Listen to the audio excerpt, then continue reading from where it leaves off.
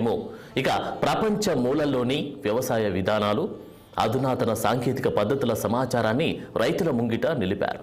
దీంతో ఎంతో మంది రైతులు విజ్ఞానం పొందారు.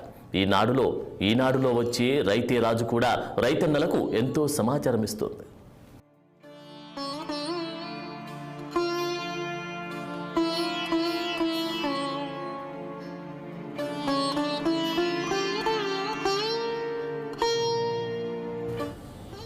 రామోజీరావు ఇక లేరనే వార్త చాలా బాధాకరమని జూనియర్ ఎన్టీఆర్ ట్వీట్ చేశారు. శ్రీ రామోజీరావు గారి లాంటి దార్శనికులు నూటికో కోటికో ఒకరు. ఆయన లేని లోటు ఎప్పటికీ పూడ్చలేనటువంటిది. నిన్ను చూడాలని చరిత్రలో చిత్రంతో నన్ను తెలుగు సినీ పరిశ్రమకు పరిచయం చేసినప్పటి జ్ఞాపకాలు ఇప్పటికీ మరవలేను. ఆ మహనీయుడి ఆత్మకు శాంతి చేకూరాలి అని కోరుకుంటూ వారి కుటుంబ సభ్యులకు నా ప్రగాఢ సానుభూతి తెలియజేస్తున్నాను అని పేర్కొన్నారు.